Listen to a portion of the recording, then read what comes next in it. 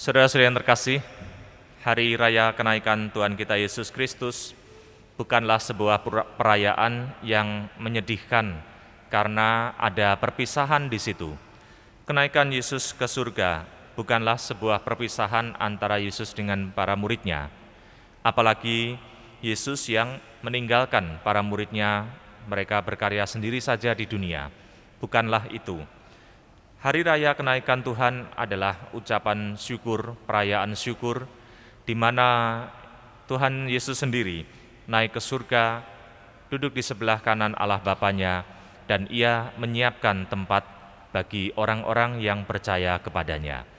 Maka di satu sisi para murid juga merasa berpisah sementara dengan Tuhan Yesus, namun mereka dikuatkan bahwa Yesus tetap menyertai mereka.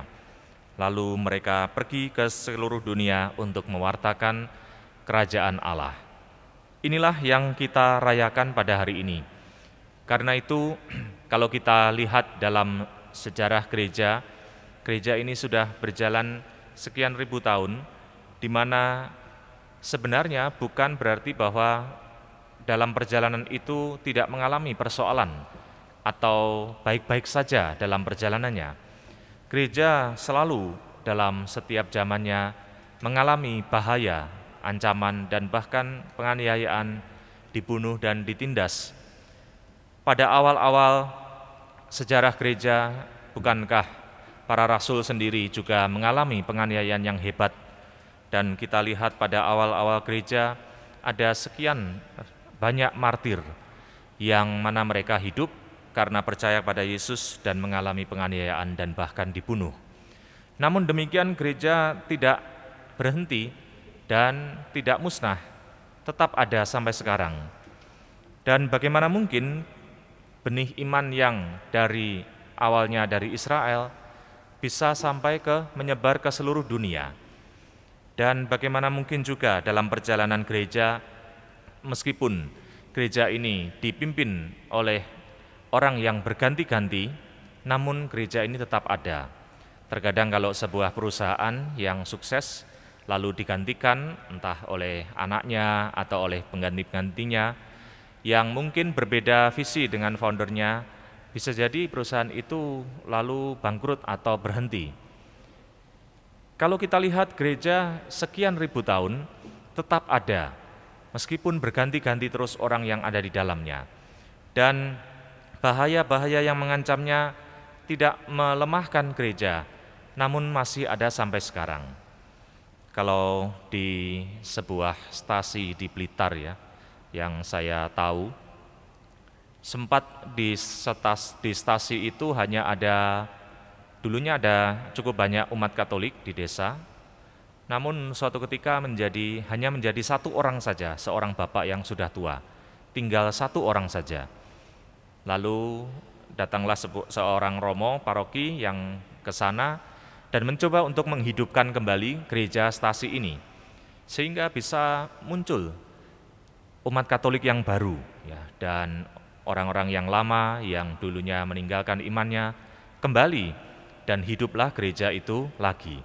Saudara-saudara yang terkasih, dalam banyak hal memang terjadi demikian. Mungkin kita mengatakan bahwa, oh ya, sekarang Eropa itu orang Katoliknya semakin habis.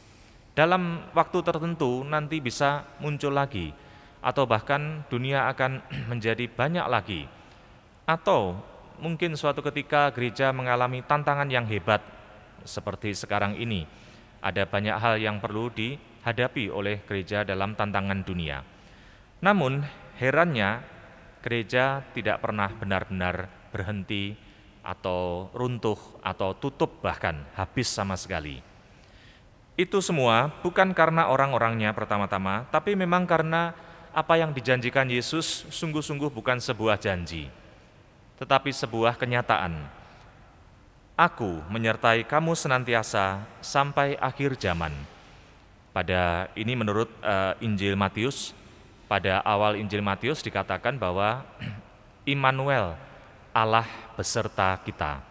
Pada bagian akhir Injil Matius juga dikatakan, aku menyertai kamu senantiasa sampai akhir zaman.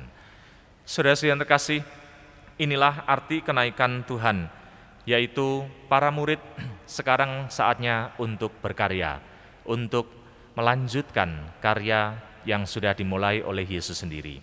Dan para murid tidak bekerja sendiri. Mereka awalnya merasa ragu dan merasa sedih ditinggalkan oleh Yesus. Namun dengan sabda yang kita dengar hari ini, mereka menjadi gembira karena boleh berkarya dan disertai oleh Yesus sendiri.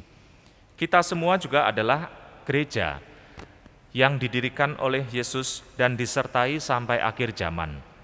Maka kalau Tuhan Yesus menyertai gerejanya yang mengalami jatuh bangun di dunia ini namun masih tetap ada sampai akhir zaman, demikian pula lah anggota-anggotanya disertai oleh Yesus sendiri.